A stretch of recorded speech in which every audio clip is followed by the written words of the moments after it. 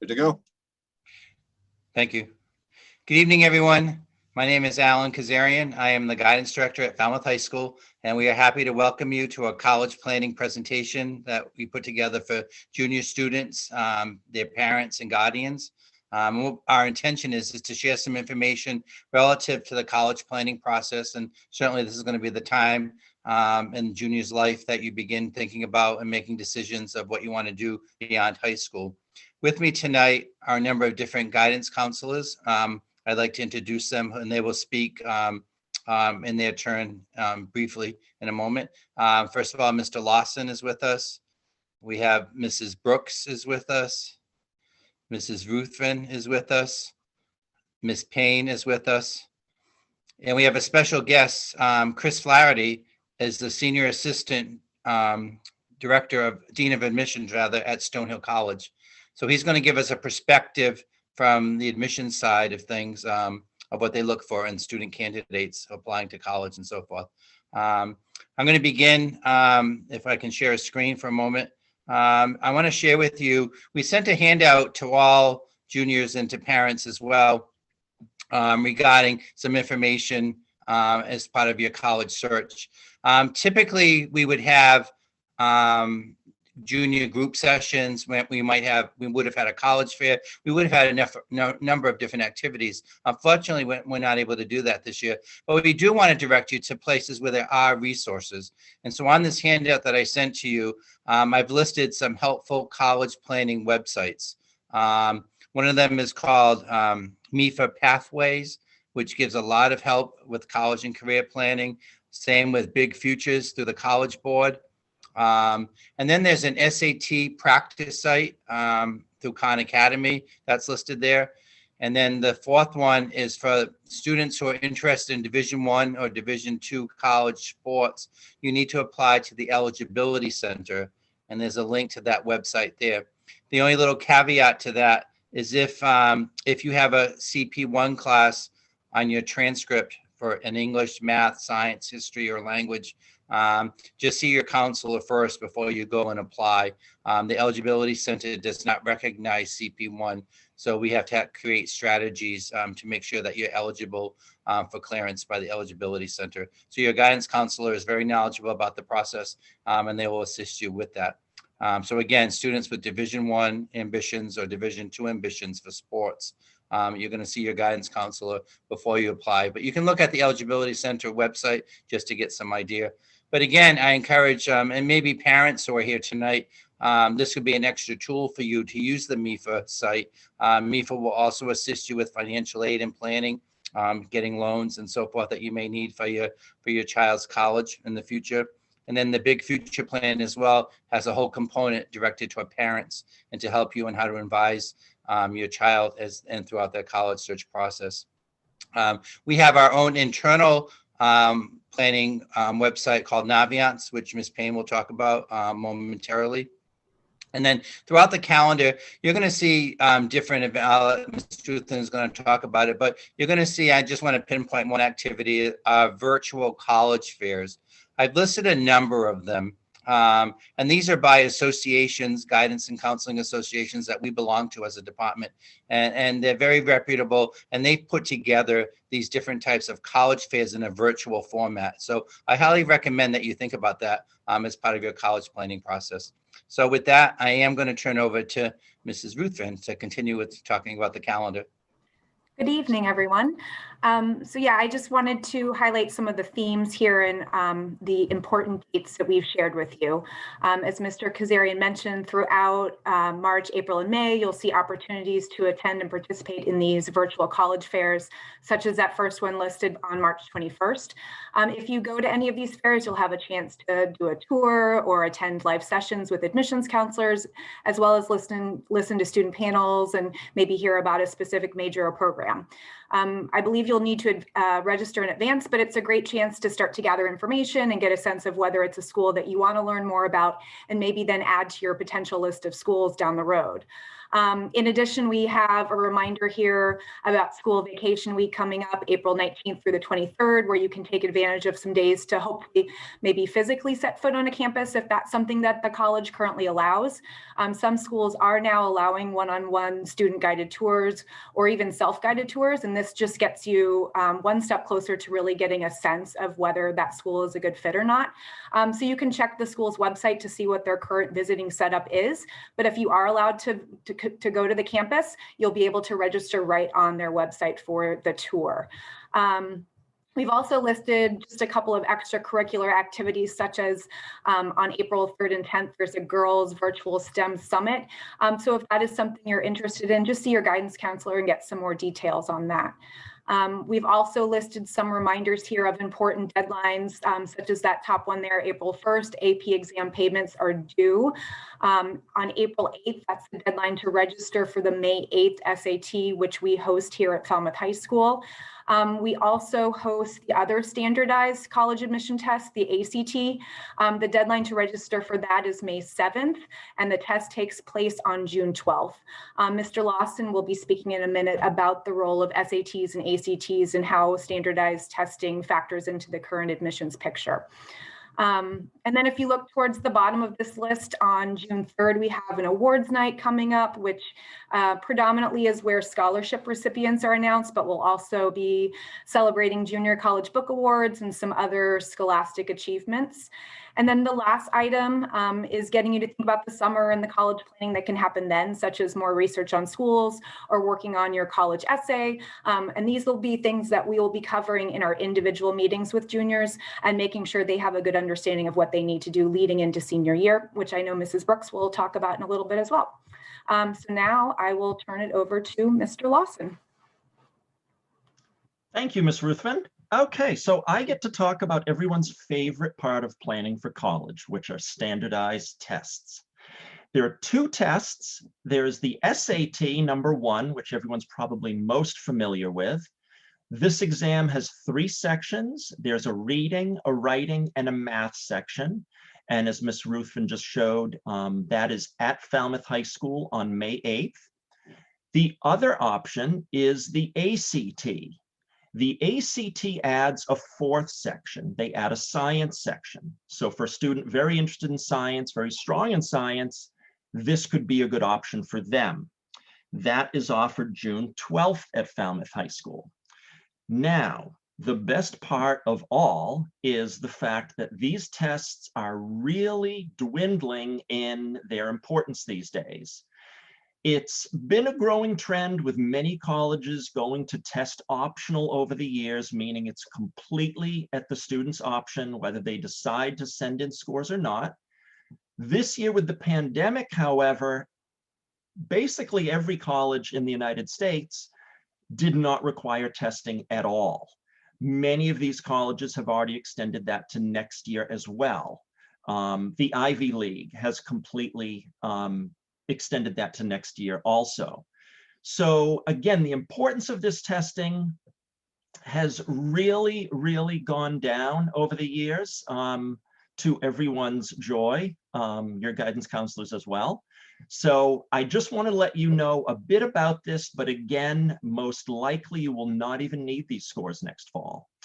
They are also offered at the end of the summer and into next fall, if you did decide at a later date to take them. Okay, and next up, we have Ms. Payne to talk about Naviance. Thank you so much, Mr. Lawson. So Naviance is a really great tool. It's kind of the first place that I send my students. I like to call it the one-stop shop. It's a really, really extensive tool. So I'm only going to show you a couple of things that it can do, but there is a student login. They just use their email. Very, very simple to log in. It says single stream sign on right at the top. That's what they should be logging in with. There is no more password to worry about there. So if they're trying to log into it and they're trying to enter a password, that's incorrect. Go up to the top. Once they're in, this tool can be used for college searching. It can be used for career searching. You can do something that I like to call backwards thinking, where you find the job that you want. You work back to see, okay, what kind of career is that? What kind of major did they need? What colleges offer that major in order to figure out what's a good fit for your student. So I'm going to share my screen really quickly, show you a couple of screen grabs I have here. I'm going to rely on my panelists here. Give me a nod. Can we all see that? Awesome. Thank you. So this is just a quick look of what the student's view looks like in something called the game plan, something that I highly recommend that your student fills out. This is going to give them some really good questions to start thinking about and what's important to them at a school, the size of school, the location, even so much as how far away. Do they want to drive an hour? Do they want to drive 3 hours? There's also questions on here about, to get them started thinking about a letter of recommendation. Who do they know best? Who would they want to ask? To get to this, you go to the About Me up at the top, click on Post-Secondary Plans, and then Game Plan. This is not required, but highly, highly recommended to all of your students to fill out because the counselors can also see this, and it helps us to gear our conversation with the student.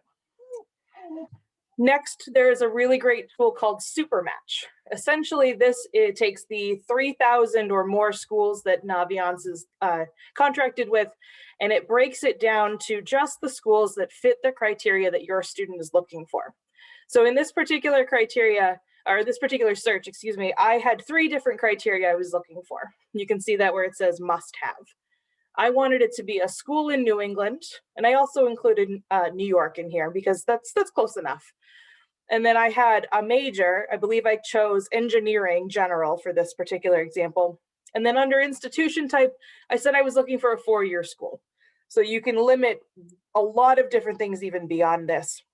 And as you'll see, the first school that came up happens to be Tufts. There were 32 schools that fit what I was looking for with just those 3 criteria. And it'll see, or you can see the 100% with the circle there.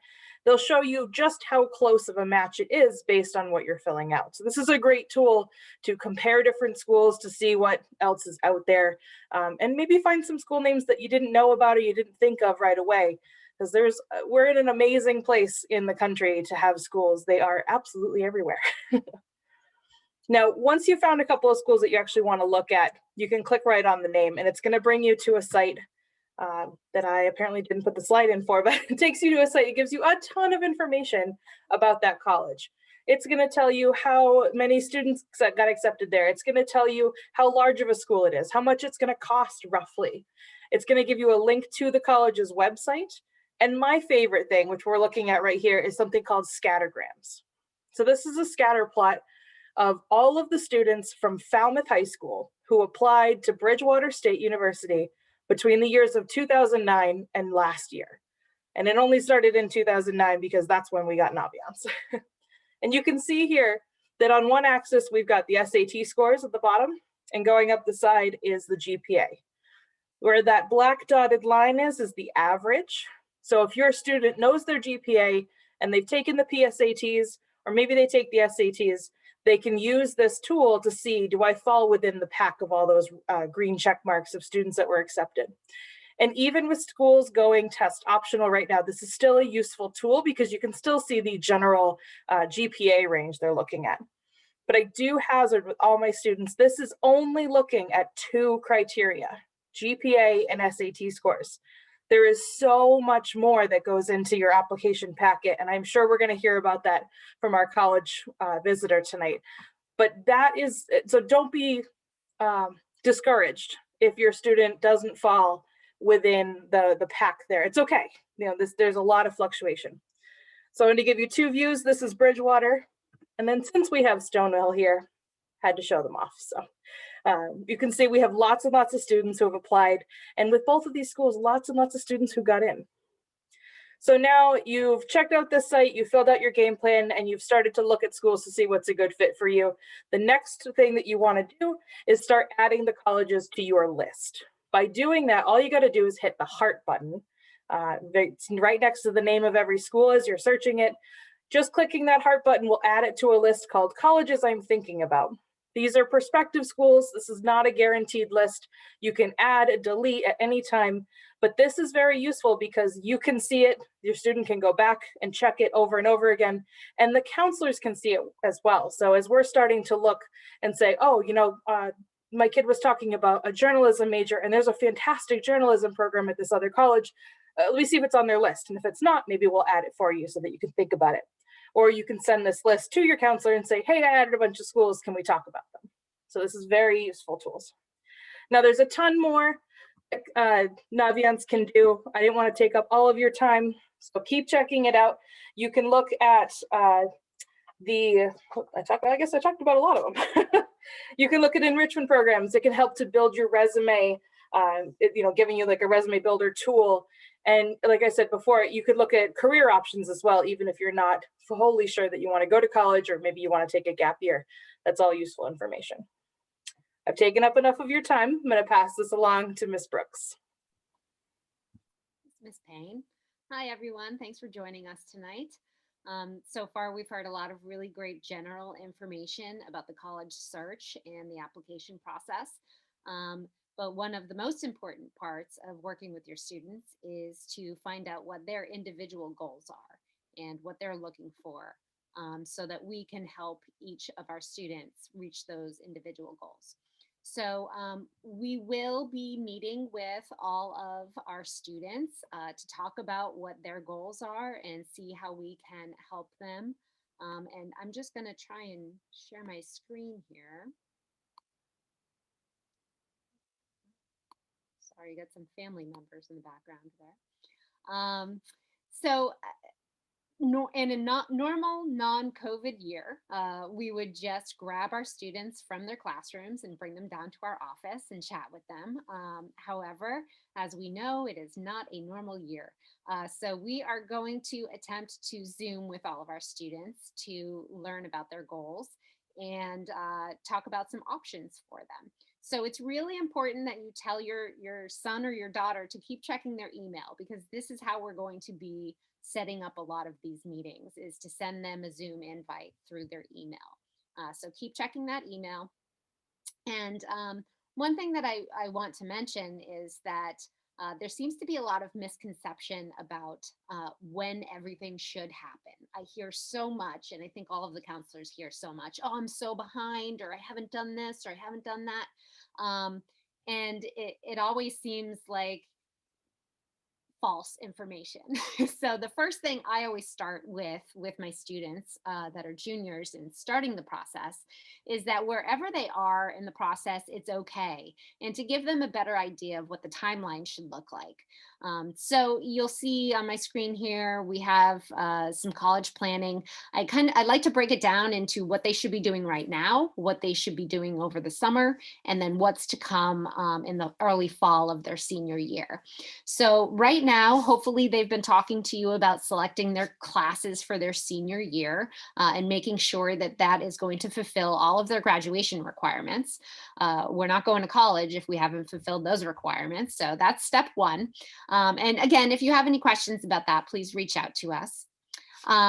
Again, this year is a little different, but we still like to see students being involved with activities, sports, and volunteering. If you're looking for any opportunities, we have the VIPS office within the Falmouth Public Schools, and they are incredible. They have a lot of different volunteering opportunities. So if sports or clubs aren't your thing, you can always get out there and become involved with both the school and the community. Looking into a summer job, if you don't already have one locked down, now's the time to start looking. We got a lot of people coming in this summer. I think there's probably going to be even more because people are itching to get out. So businesses, local businesses are always looking for help. So now's the time. Mr. Lawson talked a little bit about the SAT or ACT. As he mentioned and Ms. Ruthven mentioned, we do host the May SAT and the June ACT. So if that is something that you're interested in, and certainly I think Mr. Flaherty will probably touch upon the importance of the test at this point in time, then you want to make sure that you're registering. And usually I'm urging all of my students to get out there and take tours. And as Ms. Ruthven mentioned, some of them are starting to allow people on campuses, but for the most part, they've all done a really wonderful job of showcasing their campuses and what they have to offer their students online. So now's the perfect time. You can do it in your pajamas. You can just get online and take a look at some online searches and tours.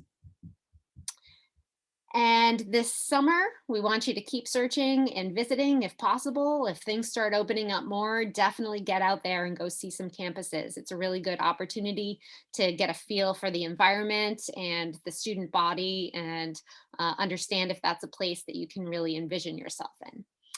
And looking into all of your possibilities. Sometimes I hear students say that it's that they have to know by the summer or the fall where they want to go, and that's just not true.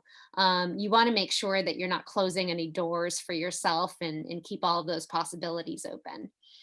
And if you are a student who wants to take advantage of the standardized test, this is a perfect time to look at your scores, look online, and start studying for your next round possibly. And then the early fall of your senior year is when a lot of the items happen that I think that the students think that they should start earlier. But we do have a college night, a senior college night in September, along with a financial aid night for all of you parents, and to kind of go through what that year is going to look like and answer any of your questions. And again, if you're thinking about taking the test, this is when you'll register for another round of your SATs or ACTs. And that's when we start to try and narrow down your final list and think about what your timeline is looking like. Everybody's timeline is going to look a little different depending on if you are deciding to apply early or if you're deciding to apply regular decision. You'll see on the screen that early applications are usually November, December, and then your regular applications can fall anywhere between January and March. This is also when we'll be asking your teacher for recommendations and really tightening up a college essay.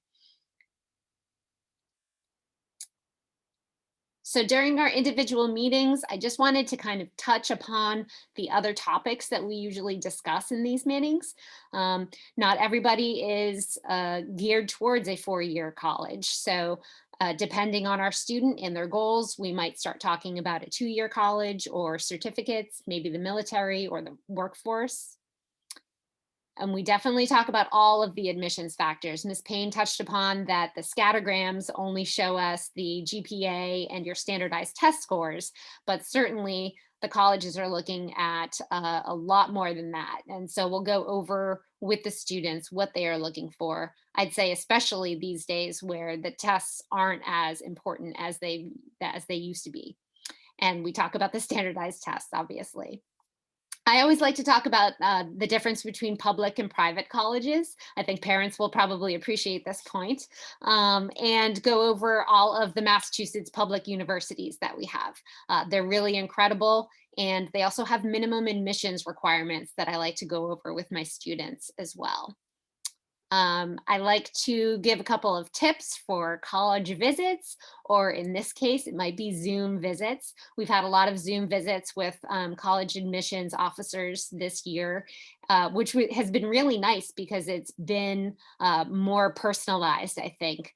And it's kind of almost like you get an interview instead of just being a face in the crowd in a visit. And then again, talk to the students about the timeline and what it means to apply early and what it means to apply regular. And then of course, again, we want to make sure that all of our students are really gearing their timeline and what their plan is towards their own personal goals. And so if a student isn't interested in college at all, we can talk about alternatives, but I always make sure that they are talking to their families first and foremost about that decision. So at this point, I'd like to introduce Mr. Chris Flaherty from Stonehill College. Thank you so much for joining us. I'm sure you have all of the information everybody wants to hear tonight. I don't know if I have everything, but we'll let you guys be the judge of it. Mrs. Brooks, thank you for that intro, and hello and good evening, everyone. Again, I'm Chris Flaherty. I'm from Stonehill College. I'm really glad that your high school, Falmouth High School, invited me to speak a little bit about this admission process. I'm usually the one that paces around the room and your neck hurts because you're trying to find me when I'm talking, but so sitting down, it might be a little hard for me I might be everywhere all over the screen. So I apologize in advance, but I love this stuff. I love talking and everything. So I do have a presentation that I just want to kind of use as like a guideline. I I do think there's some good information for parents and for students, who are about to start this college process. Some of it you just kind of, there was a little bit in my presentation that you just heard, so there might be some more detail here, but towards the end we'll jump into a little bit about what we're looking for. I have some real life examples of different situations, things like that. We'll jump into that in just a little bit. So I'm just going to share my screen here too and I'm going to do the same thing. Are we good? Can we see that screen there? We're good. I see some thumbs up, so we're good to go. All right, so let's start with just a quick overview. I am going to go over just a little bit about the college search process and just talk big picture perspective, doing a little bit of research and visit with purpose, just because we really can't talk about the admission process without you actually choosing a college that might be a good fit for you. So I do want to jump into that just from the admission side and talk about that college search process. Then we'll talk about the application and admission process, looking at application types, preparing applications, understanding how our office actually evaluates the work that you've done for the last 3 years, and when you apply 3.5, 4 years, taking a look at the standardized testing, looking at application review, that holistic approach, talking about your voice, and then we'll jump into those real life examples. I have like a recap at the end, just a top 10 list. Like if you remember one thing, like try to remember that one screen or a couple of those things that'll help you out. And then we'll do some question and answer at the end. So just want to start with just your college search, right? And just some considerations. And you might have just heard, you did just hear a little bit about, kind of what you're thinking about when you're trying to pick a school that's right for you, right? Big factors: size, location, distance from home, right? Do you want a small school? Do you want a big school? How far away from home, do you want to be, or do you need to be? Do you need to be at home? Do you need to be able to come back and work on the weekends? So definitely, there's a lot of factors there. Type of institution, right? Large research university, small liberal arts college, public versus private, specialized institutions. Do you want to go to a technical school? Do you want to go to a school that focuses on just one area? So there's really a lot to consider, and I think that's really where you should start when you're trying to, think of places that you might apply to, visit, and then eventually go. Fit is the biggest question, right? What makes a good fit, right? And it's something that you're going to ask yourself for the next, year and a couple months until that May 1st deadline, maybe of next year, when you have to make a decision, right? So here's just a couple of things that make a good fit. The availability of academic program or programs, right? Does the school that you like have the program that you're actually looking for, right? Perfect example, if you're looking for nursing, does that school have a nursing program, or do they have health science? Those are two different things, right? Realistic understanding of your academic profile. We'll get into, how we read applications and what we're looking for as an admission office, but, just understanding like this is where my academic profile fits. That scattergram graph on Naviance is a huge help, so you can really place yourself among students from the past and see really what they've done, where they've been accepted, what GPA, what test they were accepted at. And then a big one that you don't really think about, right, until you actually get your admission letter and you start looking at price, but cost and availability of financial aid and scholarships. I think that's a huge factor. If you get into a bunch of different schools and they're all super expensive, it might not be a good fit for you because you're just going to be stressed about paying for school and finances and things like that. So definitely some things to consider there. Research in colleges, I think this was already talked about too, just thinking about the big picture and just your hopes for a college experience. Just a couple of ideas here on how to research different colleges. The easiest one is just advice from family and friends. You saw the number of students from Falmouth High that have applied to Stonehill. I'm sure a number of them actually are attending Stonehill. Some of them have applied, already, this year and will be attending. So they know you best. You'll probably, we read it all the time and we hear it all the time from students like, I'm applying to Stonehill or I'm applying to this school because I have a friend that went there and they said, hey, you'd really like it here. Like very easy. Maybe you have a family member that went to Stonehill and, your mom or dad or your cousin would say, hey, I had a great experience. I really think you'd be a good fit. can totally be subjective. Just keep that in mind. Just like social media, I think social media is a great way to see a college campus, personal accounts and experiences of students who are actually living and, taking and being involved on campus. So join social media accounts. Don't be nervous about social media accounts either. We're not, trying to look you up and try to, look at your Facebook or your Instagram. We want you to interact with our admission office, or, any other admission office wants you to interact with them. And social media, through this pandemic has been a huge help for all admission offices. Instagram lives, Facebook lives, takeovers by current students, just a great way to kind of see an authentic view of what a day-to-day life might be like at that school. Direct information from the college, right? You can, at college fairs, on websites, you can sign up to receive information to your email. It's not just marketing, it's actual valuable information that you'll probably like to read about, just so you can make that college choice.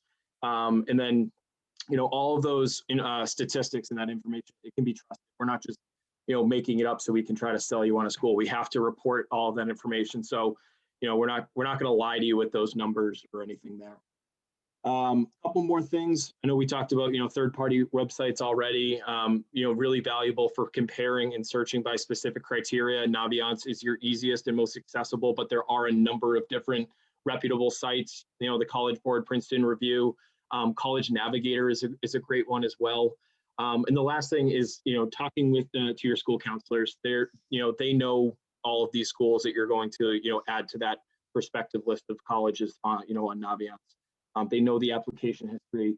They have the knowledge, the experience, and the counseling skills to, help you get to that school. So definitely take advantage of them as early and often as you can. Just want to jump into a little bit about just the college visit, and talk a little bit about just, visiting campuses, a really important part of not only the college search process, but also the application process, which we'll talk about. Firsthand experience is always best, right? You want to be able to come to a campus and place yourself on that campus. Visit as early and often as you can. If you didn't like a place at first, right, it might have been like at the Spoto, right? You might have come to Stonehill in the middle of a snowstorm and said, I don't really like it. Come back in the spring when everything is green and growing and the grass is mowed and we put way too much money into the fertilizer that we use. You'll probably have a different perspective, right? Maybe you came during the summer, there was no students there. You come back, there's a ton of students around. You like it even better, right? It also can go the other way. If you have, if you love it, but you have some questions about it, you might go back to a school and say, you know what, this place might not be for me. Don't just visit one type of institution. Like this kind of goes back to that, that first slide that I had, right? You're going to think about size and location and type of institution, but like don't think like, okay, we're from a relatively small school, on the Cape. I kind of like that small community feel. That's what Cape Cod has. Don't count out, your big institutions. Within an hour of Falmouth, there's so many different institutions, right? You can, within like a walking distance, you can visit, BC, BU, and Northeastern, which are totally three different campuses, all big, all in the city, right? But BC has more of a campus. BU's basically all of Comm Ave, right? It's in a street, and then Northeastern, specialized programs, 5-year school, right? So just right there, like don't count one over the other just because you're not thinking about that one kind of school. And then this part, right? Demonstrated interest by being on campus. That goes to like the application part. So as an admission professional, as an admission counselor, we want to see that you're actually interested in us, right? And a great way to do that is, coming to a college visit or, taking advantage of any programming that we have for students. So, demonstrated interest is something that is looked at during the application process. Now, how do you make the most of that campus visit, right? Schools might be offering a group information session, right? The overview of academics and student life. You talk about admission and financial aid, the facts, the dates, the deadlines, and you get to ask questions to an admission counselor, right? There's usually a campus tour, directly after a group information session. So you can hear from a current student, physically see campus, go inside buildings when it's not a pandemic year, of course. Hopefully we get back to that. I think we're on the right track, which is a great thing. And then it's a really authentic perspective when school is in session, right? You can see students walking from building to building, going to lunch, going to athletics, whatever it may be, and kind of place yourself among the student body. And then other ways, does the school that you're visiting, do they have a shadow day? Do they have a classroom visit? Do they have a summer program where you can spend some time on that campus? It's a one-on-one day in the life experience. I think that's a really great way to, make the most of a campus visit and really see, can I see myself going? Couple of other things here. Interviews. Depends on the school for interviews, right? Are they required? Are they recommended? Are they completely optional? Definitely a question to ask your admission counselor from the schools that you're going to be applying to. Maybe your school counselor knows just from past experience. The interview can share information beyond the common application. In a couple slides, we'll get into more about the interview. And you can just, you get to sit down and just kind of have a conversation face to face with either a student or a counselor, but someone from, that institution that really knows that, that institution well and is there to answer any questions that you have. Open houses usually take place in the fall, large scale event. Hopefully we'll be able to get back to that someday. I don't know if that's going to be in the future or not, but when we do, an open house is a great way to meet potential future classmates, professors, and staff members of that campus. There's usually sessions on academics and study abroad and athletics and student life and just so much more. So it's really an authentic view of what it's like to be a student there and the things that you have kind of at your disposal through that campus. And then Accepted Student Day, kind of the open house in the spring. For accepted students, it's a great opportunity to really meet with other students who are thinking about attending that institution. And then you can really learn about more specific programs, meet the faculty that you'd be working with and in class with, get some tours of residence halls. And really, I think there's a big difference between, being there on an open house and being there as an accepted student, right? On an open house day, you're thinking about that school, you haven't applied yet. But on an accepted student day, you're in. You can go there. So that's it can be a day of celebration. It can be a day of is this the right fit for me? So it's I think those accepted student days are really, really important. All right, and I also usually like ask questions and or say does anyone have any questions? But we'll save questions until the end. But definitely write any questions down that you have. If there's things you want me to go back over, I'm more than happy to do that. So. I want to talk a little bit about the application process and these tips. The first couple tips that I have here, they may seem super, super obvious, but it's true. Not everyone thinks about them. So the Common App, as a senior, going to be your best friend, right? There's a ton of institutions. Last number I heard was 850 schools that are using the Common App. Most of the schools that you'll apply to are using the Common Application. So you fill that application out once and you'll be able to send it to as many schools that you want, whether it's 5, 10, 15 schools. The most I've heard was 63 schools. I wouldn't advise on that. He took advantage of the fee waiver policy that some schools had. So that student just applied to every school he possibly could see what could happen. I don't think he hadn't heard of half the schools that he applied to. So funny story there. But I mean, here are the tips, right? The Common App is common. Everyone uses it. Be sure to hit submit. That's a big one. You don't want to fill out an application and forget to send it and then have to submit it after a deadline or anything like that. There are supplemental questions usually to any school that you're applying to. So every school usually has a member page. So it's basically like a school personalized part of the Common App where they can ask school specific questions. So make sure you are filling those out, thinking about just that school.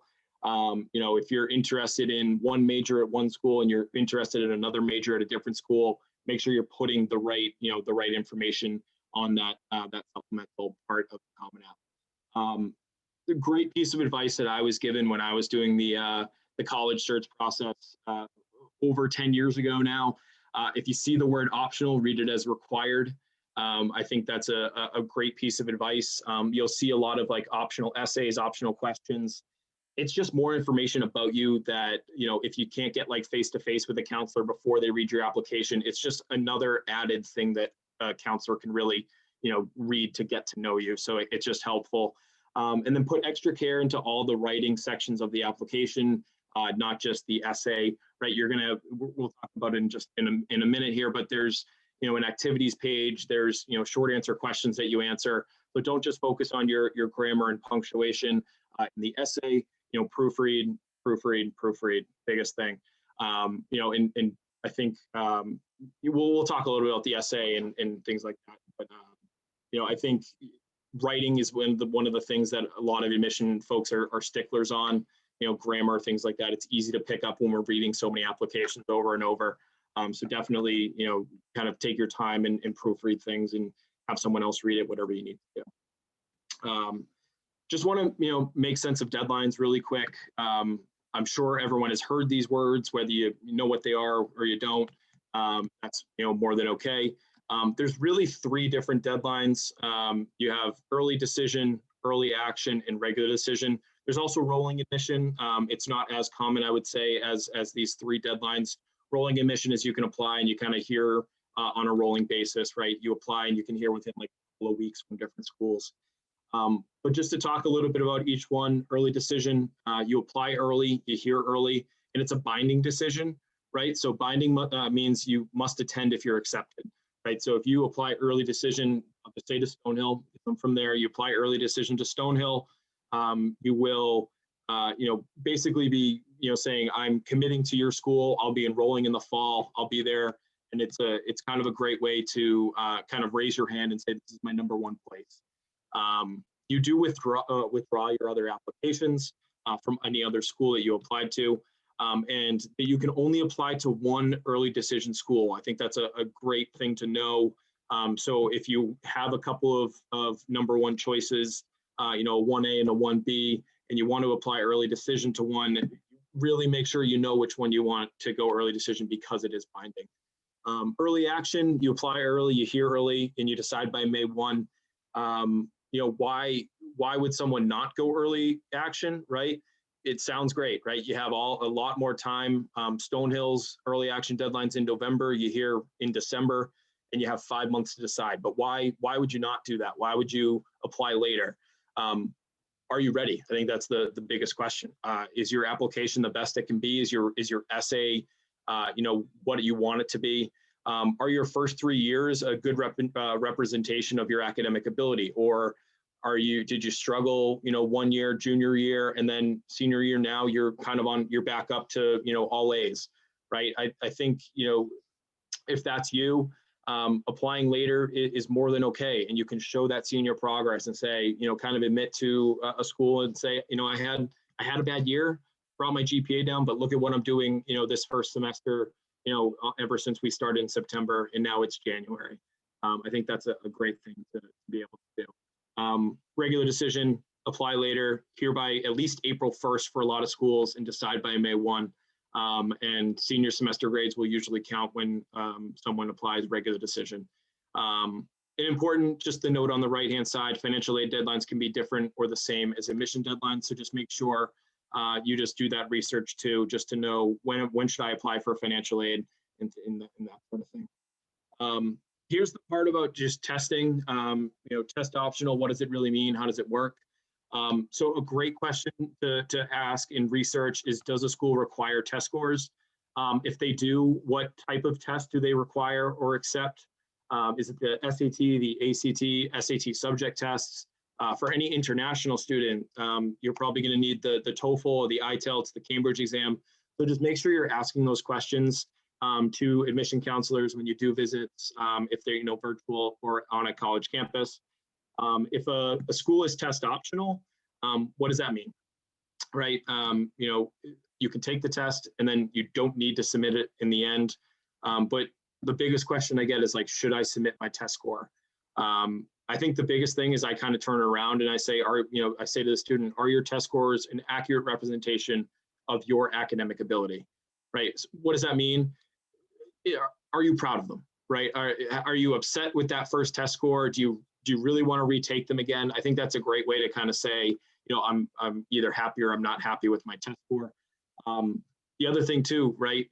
Does that school, do you need to submit test scores for merit scholarships? Do you need to submit test scores, to be considered for admission or, for housing, whatever it is? So you need to be able to ask those questions. They might be test optional, but it might be, the nursing major or the engineering major needs to see an ACT score or an SAT score. So just make sure you're asking all those questions, where it is. In terms of the test and kind of how that's, changed, I think, Mr. Lawson was talking about it earlier, right? A lot of schools are going test optional. There are a number of schools, Stonehill included, that's actually going test blind, or we went test blind this past year, where we didn't accept test scores at all, just because it was hard for students to be able to sit for the test and everything, either the SAT or the ACT. I think test scores, the SAT and the ACT, they're not going away.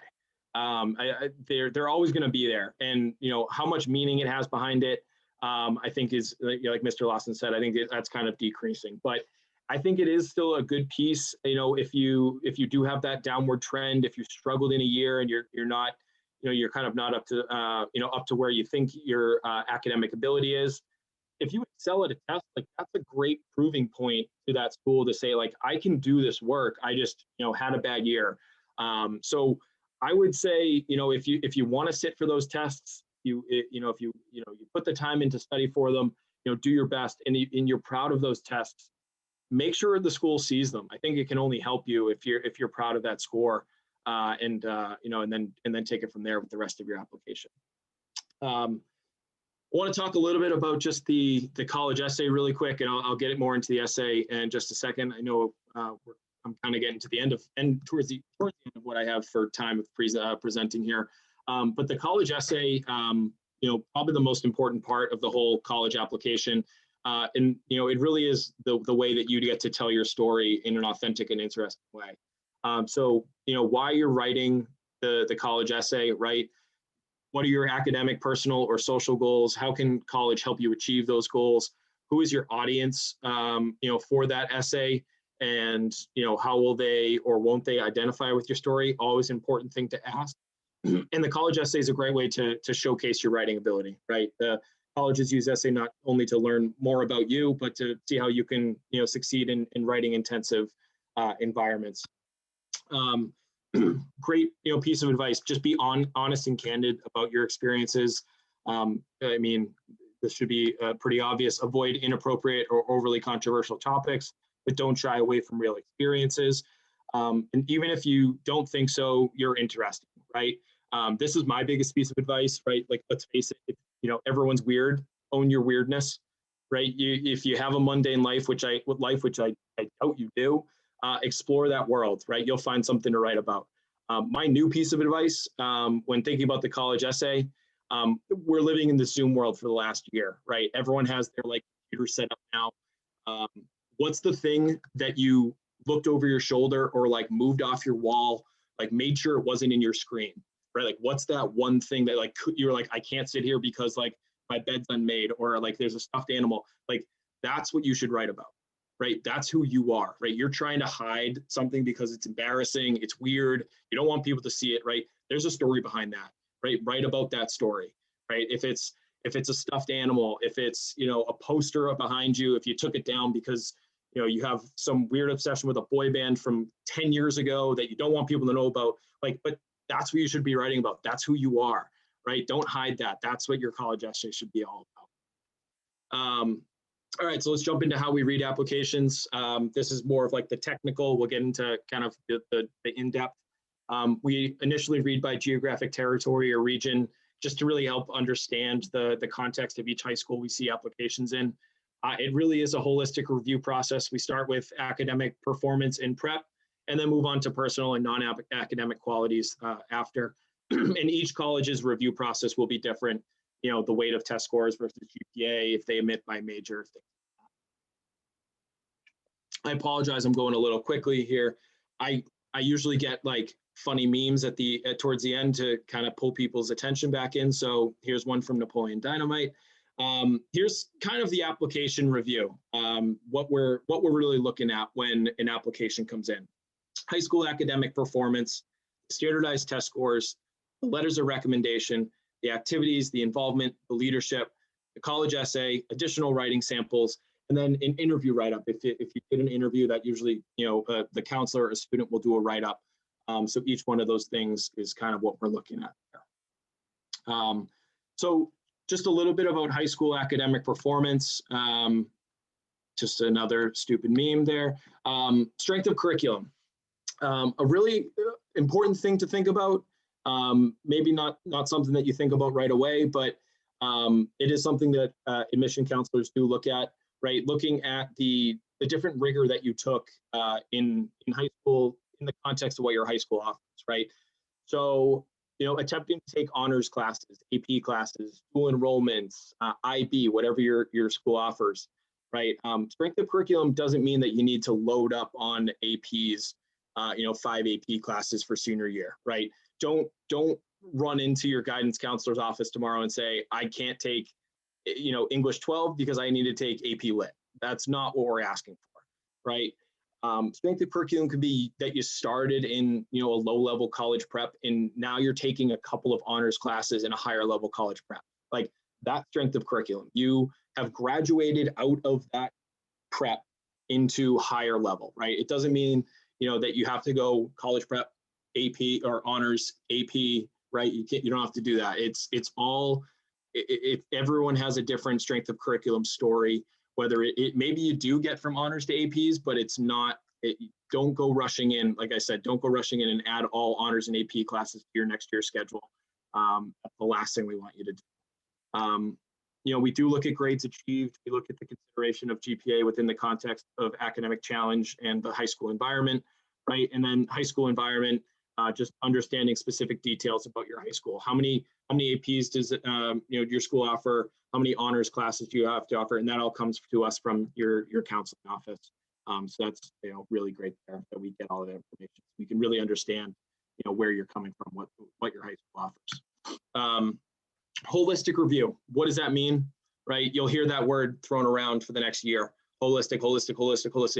It just means that you're more than a number, right? Everyone has a number, right? You have your GPA, you'll have a strength of curriculum, number that will be assigned to you usually. You have an SAT score, but you're more than a number, right? So where do we see that in the application? First place is letters of recommendation. That's where we get provided with context from your school counselor and teachers who just know you well.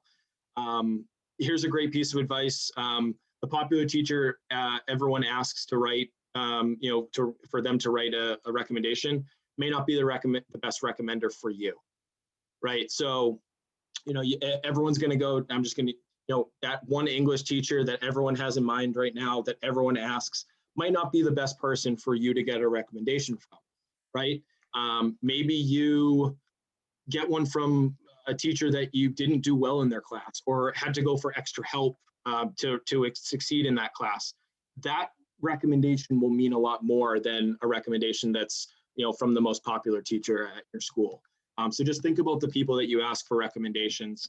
You can ask for a bunch of different recommendations. We say that you can submit as many as you want and we'll take them all. So definitely think about who you want to write your recommendations. Activities, involvement in leadership. There's the place inside the common application that you'll be able to put anything that you do outside the academic classroom. There's really so much room for activities. This is like a joke, but also not a joke. On the Common App, there is a lot of space where you can put everything that you do. It's a great way for us to be able to say, what will the student bring to campus beyond the classroom? And again, what are activities? What is involvement? What is leadership? It is anything that happens outside the classroom, right? Your sports, theater, music, dance, community service, part-time job, really anything that you do outside the academic classroom. That is the activities page. Your voice, I know I said we were going to talk about this, really, really important part, right? Adding your own, kind of personal touch to that common application. It's common, right? Everyone's filling out the same thing. So how do you make it personalized? You add your own voice. College essays, you're really your first college assignment, opportunity to hear your voice, personal, well-written. Institution-specific writing samples, we talked about that, right? Those member pages. In some cases, those hold more weight than the general college essay, right? They may need to see, how you're answering those questions for you to get admitted to that school. So definitely talk to different admission counselors at different schools just to say, what does the supplement mean to you? And then interviews, a great way, really just you're using your voice. Another stupid thing there, just to keep it light. But interviews, conversation, opportunity to share details that might not come through in the application itself. Is there a story that you couldn't tell in your application? Is there something that you left out of your application on purpose that you want to tell us about? An interview is a great way to do that. So with that, I do want to jump into just some really quick some real life examples here. I wish I could see people's faces because sometimes this is kind of shocking. But the first thing, when we read applications, right? When you submit your application, it becomes finalized. We call it ready to read. We can read your application. The first thing that we do is we look at your school profile, learn about Falmouth High School. Who are the students coming out of here? What is their curriculum? What are their, how many APs, how many honors, that sort of thing, right? And then we jump right into the and these are all real life examples I'm going to show you. So I just want to go over recalculating GPAs really quick, because I think it's something that you hear and you kind of get confused about. You say, okay, what are they doing? Why are they doing this? So a lot of schools will recalculate your GPA onto a 4.0 unweighted scale. All right. So the reason we do that is so that everyone that applies from your high school gets the same chance. So you're all on the same plane. All right. I want you to notice on this screen here, that red box that I circled, right? Cumulative GPA 2.969. So just call it a 3.0 GPA, right? B average, I feel like everyone would be really happy. Like if I have a B average in high school, great. Like, 3.0, solid. All right. Now let's jump into the actual transcript. All right. So here's this is grade 9, grade 10. So grade 9 on the left, grade 10 on the right. This is a real life example. Right, you look at it, it's A's, B's, C's, D's, right? Not bad. The thing with recalculating GPAs is that we take out, or I shouldn't say take out, we recalculate in the core academic areas. All right. So this looks a lot different than what we're actually looking at, which is this, right? You take out kind of, or just pull out the core academic areas. You see a lot of different grades. You see a lot of low B's, lot C's, and D's, right? And when you recalculate these, here's your average GPA for these, right? So you go back a couple slides, right? You might, A, B, C, probably be right around that CUME 3.0, 1.83, 2.34, all right? Same thing with grade 11, grade 12, right? You see some A's, you see some B's, you see some D's, right? You take out those classes that we don't count, right? Your gyms, your health, right? You see different grades here again, 2.4, 2.7, all right? So when we recalculate the GPA, right, these are the grades that we're looking at, ones that we can see when the red lines are there, right? So even though this student applied saying, I have a 3.0 at my high school, when they applied to Stonehill, their cumulative GPA came out to a 2.3. All right, so I think this is just a good exercise. I don't mean to like scare people or anything like that, but it kind of goes back to that conversation of knowing your academic profile, right? And taking a look at your core academic classes. How did I do in English, math, social studies, science, foreign language, and any other like high weighted classes, right? I think that's a really important part here. I'm more than happy to answer more questions on there, but I think that's just a good exercise to see, like when you take out grades, right? Like, so take like grade 12 on the right-hand side, the A's that this student got were in gym, and those are getting counted the same as your English class. But when you take them out, it drops that CUME GPA down, right? The next thing that I want to just touch upon is the essay. I know we're kind of running out of time for my part before we have to do Q&A, so I'll do this. Maybe I can send these to your guidance counselors to have as examples of kind of your different essay examples that I give. But this one is kind of in two. I did want to kind of give you an example of an essay. If you want to skim it, read a paragraph really quick. This was usually when I would say, like, okay, what do we see that you think is good about this essay? Is it written well? What is this a good essay? What do you think? That sort of thing. So you want to take a second and just kind of breeze through, right? I mean, even just if you just read that first paragraph, right? U.S. presidential election, blah, blah, blah, right? Pretty solid.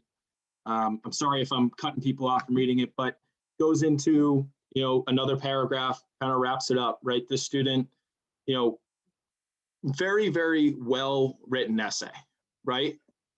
Not a great college essay, right? This is an essay for your US history class or your politics class. But what, if this student's name is Billy, did I learn anything about Billy in this essay? The answer is no. And even though it's written well, the grammar is pretty solid. Like, there's really good points made. I didn't learn anything about this student through this essay, right? And I think that's a big thing, right? Like, it's a great essay. Don't get me wrong. The student probably, got an A on this essay. But the point of the essay is to learn about you, right? Think about what I said, like the learning, like an experience, who you are, right? I didn't learn anything about the student, right? Then you take like this example. I'm sorry if it's really, really small, but to kind of sum up, this student talks about how the human brain, you can think of it as a machine, and basically talks about like her life, right? That third, I mean, just look at that third sentence. I mean, that third paragraph, first sentence. I was diagnosed with depression during my freshman year, and I know that this malfunction occurred long before then, right? So what she's doing already, she's telling us about herself and kind of a struggle that she's had. It's something that's defined her, and then it also relates back to that opening paragraph, right? Of you think of your human brain as a machine. I'll send these to the counseling staff so you can take a look at them in more depth. But I did want to show you just an example of a good essay. This would be a really good essay because it's well written, the grammar is solid, but we learn about the student, right? We learn about the student that would be coming to our campus so that we can really say, this is who this student would be at Stonehill, all right? The last thing I want to do, and I'm sorry again if I cut anyone off, this is the activities part of the application, right? This is a real activities slot or page that we got for the Common App, right? There's just not a lot there, right? Again, you learn about the student, right? But it's just not well thought out. I don't really know, like, so take that third one, golf leaderships, right? Is that just you're a senior leader? Did you get named captain? Have you been a 4-year captain? Were you on the JV captain, right? Dunkin' Donuts, write that out, right? Don't just write dunks. Spanish club, I spoke Spanish after school. Okay, but did you just show up and speak it, or did you hold a leadership position, right? So kind of on the other end, here's a great example of a solid activities page, right? So like the first one, field hockey, varsity level, chosen as captain as a junior and senior, varsity level, MVP 2017. Great, we learn about the student. So there's a huge difference, even if you just do, if I go back and forth on the slide, right? Not a lot of information, a lot of information, right? It's not really long. It doesn't need to be, a huge long paragraph, but we learn about the student here just from looking at that. It's written out, it's thought out. We learn about what the student does in each of those activities, right? All right, so here's my top 10 tips for the college process. Just things to think about. Early applications, they aren't for everyone, right? So think about the best time to apply. Talk to your school counselor about when you think the best time to apply would be. Junior year is the most important until senior year, right? Make sure you're on that upward trend. You're doing well in your junior year now, but then don't slack off senior year. We still are looking at quarter grades, semester grades. We get your final transcript from your school if you decide to come. So make sure you're not, slacking off senior year. Test scores and test optional policies, just knowing those for the schools that you're going to apply for. Those are really important.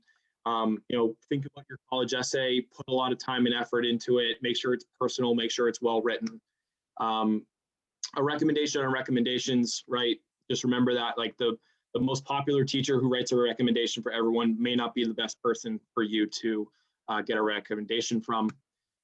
Involvement is not, it's quality over quantity, right? Don't say I need to go out and join everything my senior year because I'm not involved with we call that, if you're only involved with one or two things, that's passionate involvement. That's okay. Right? Don't be I stole this from someone. We call them junior joiners, where you see everything was just joined in junior year because you start thinking about the college process and college application. So if you have only a couple things that you're really involved with, that is okay. You don't have to go out and join a bunch of clubs just so it looks good on your college app. Optional statements in interviews.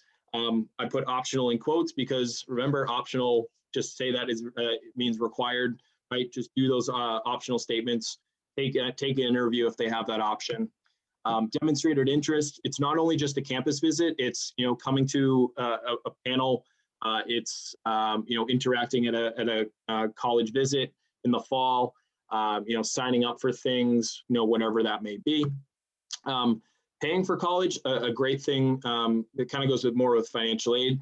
So think about sticker price versus net cost, right? Sticker price is what you read on the website, but net cost is what you're paying after scholarships, after financial aid. So definitely think about those two things.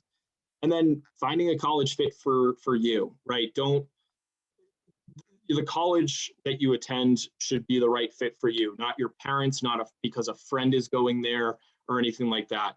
The best comparison that I've heard, and I wish I made this up, but everyone has that favorite sweatshirt that you always put on when you're having a bad day. It's freezing cold in your house. You get home from school and you just have a ton of homework, right? Like, how do you feel in that sweatshirt, right? You feel at home, you feel safe, you feel warm, right?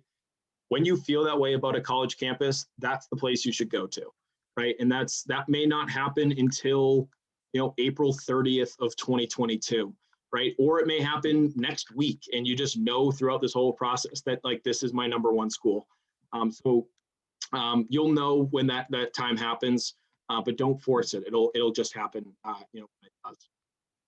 I'm sorry that I went way over, but that's my contact information. I can send that out. I'm sure it's probably in Naviance too, but I will turn it over to, was it Mr. I'll take it. Sorry, Mr. Kazarian, for Q&A. So I'll stop sharing my screen, but Thank you, everyone. Chris. Thank you, Chris, very much. That's a lot of information. And hopefully we don't have a lot of stressed out juniors now and parents, but our job is to help break down. We present all this information to give you an overall picture of everything that's going to happen between this point and probably going through the end of 20.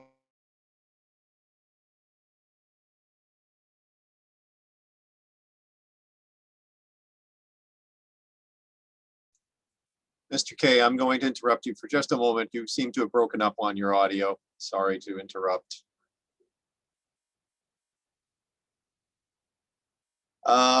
So with that, I'm going to just take control. Hi, I'm Mr. Weber. I think we got Mr. Kazarian. Yeah, I apologize. I apologize. The internet's going in and out. I was just going to say quickly, your point number 10, finding the best fit for you. So that's what we're going to focus on as with guidance counselors with juniors now in April and in May.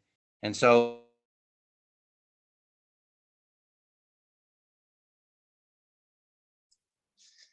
all right, and so with that, turning on chat down here in the bottom, I'm Mr. Weber again. I'm here to help moderate for questions today.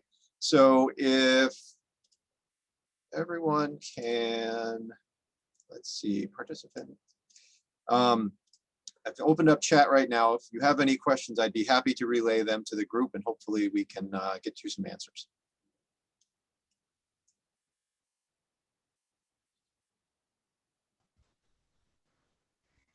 While we're waiting for questions, is there anything that anyone would like to add to what was presented already?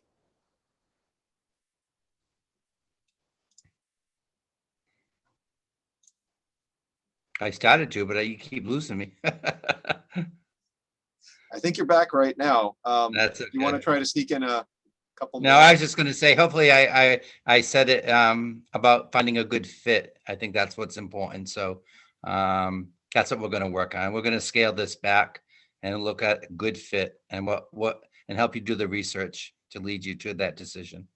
Go ahead. All right, so we've got a few questions already starting to come in. The first was, does Stonehill College require an interview? Great question. So Stonehill does not require it.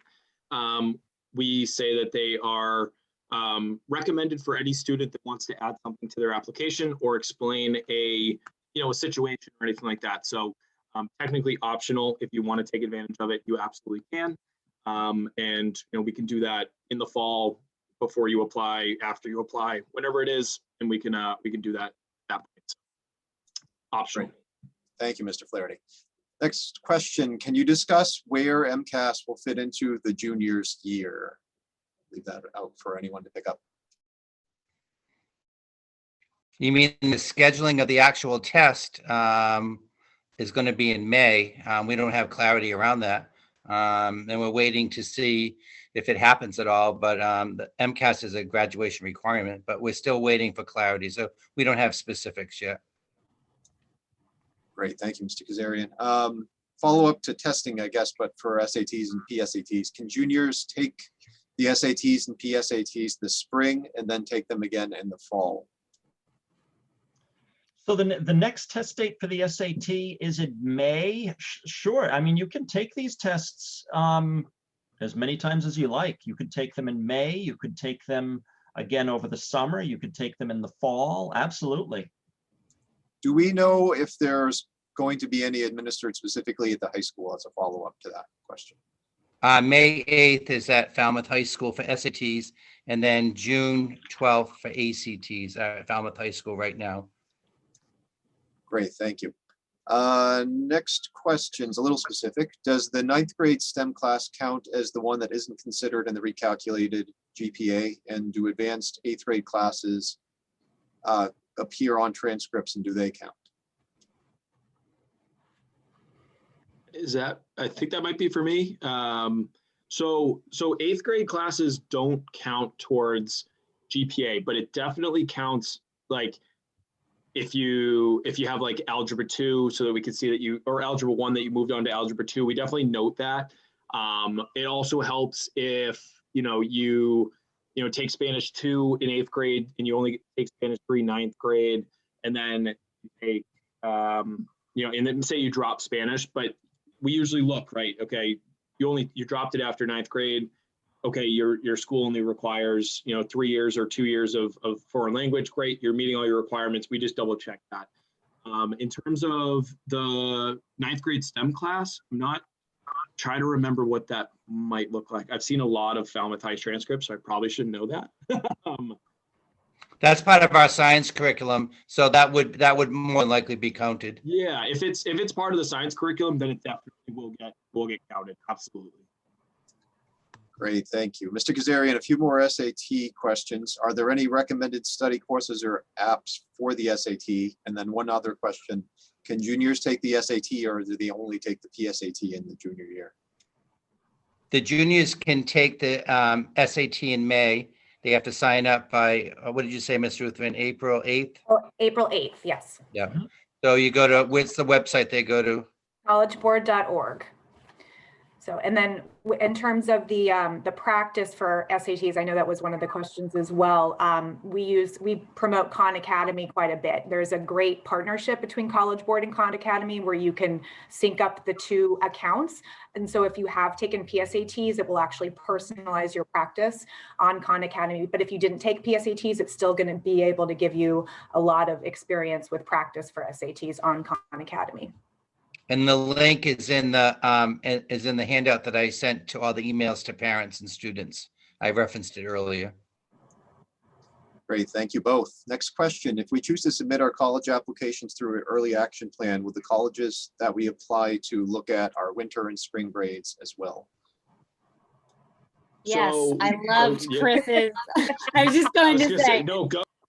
I loved Mr. Flaherty's comment of junior year is the most important until senior year, because we constantly have to tell our kids that they see all of senior year.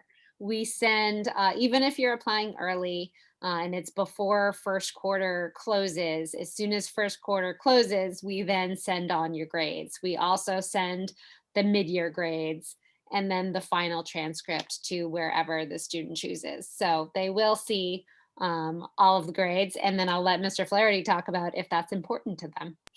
It absolutely is important to us. You know, senior year progress is huge.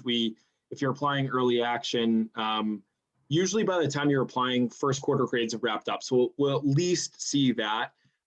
Sometimes we'll get lucky and see, you know, first semester, but yeah, if there's a large change or anything like that, it can definitely affect an admission decision, you know, later on down the line if you aren't meeting requirements or, you know, you're failing everything. So it's definitely important, and we will see all that. Great, Chris, I think we have a follow-up question for you as well. Can you comment on the Coalition app, and is there any advantage to using it over the Common? And does Stonehill accept the Coalition app? So Stonehill doesn't accept the Coalition application. To be totally honest, I don't know a lot about it because we only use the Common App. I know that some schools are Coalition app specific. They accept both. Sometimes they'll have like Coalition or you know, their own application. To be totally honest, I don't know a lot about it just because we don't utilize it. I don't know if anyone else here knows anything about it.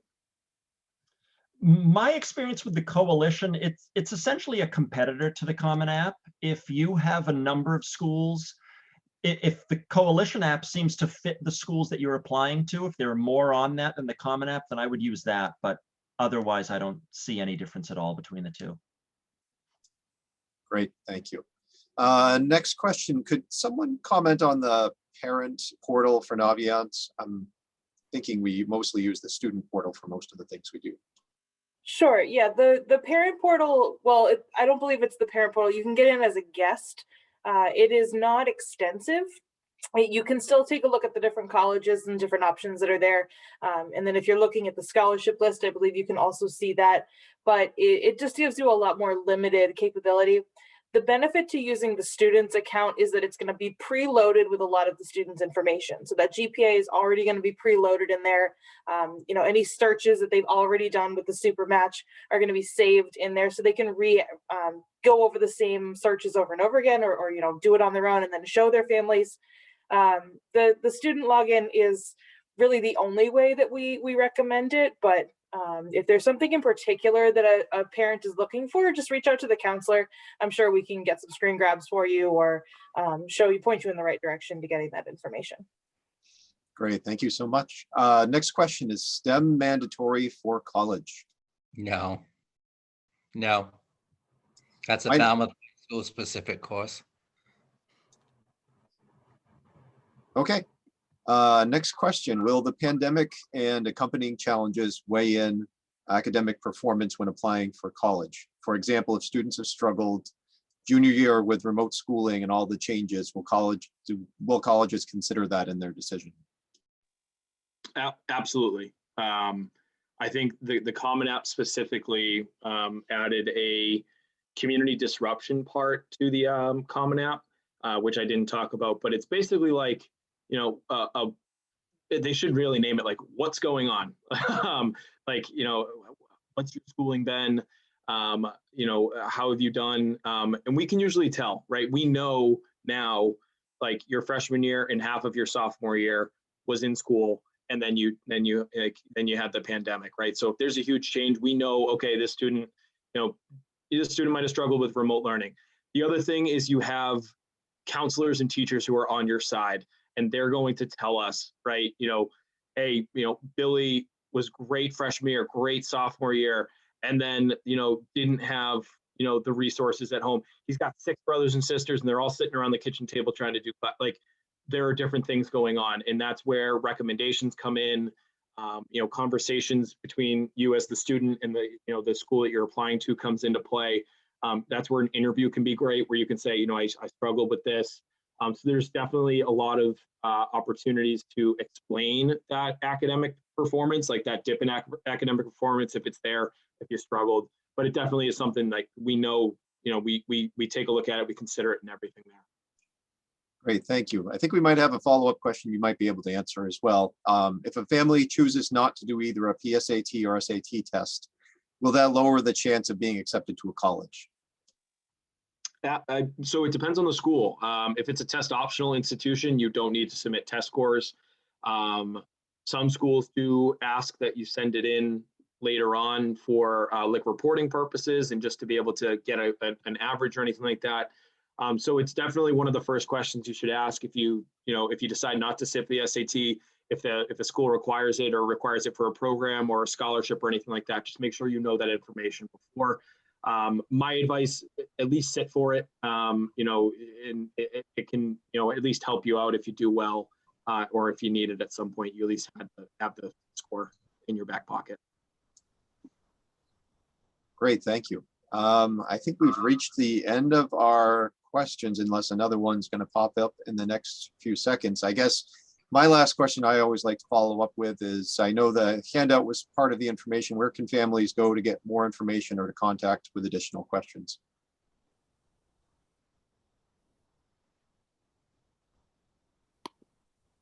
I can take that. Just reach out to your counselor for sure. We're going to be meeting with all the students, as Ms. Brooks was talking about. Those are coming up in the next couple of months. So over the next couple of months, I should say. We're a wealth of information. So just send us an email. We're certainly happy to assist. And then I believe we are recording this session. So this will get posted somewhere where we will, once we know where it is, we'll be able to send it out.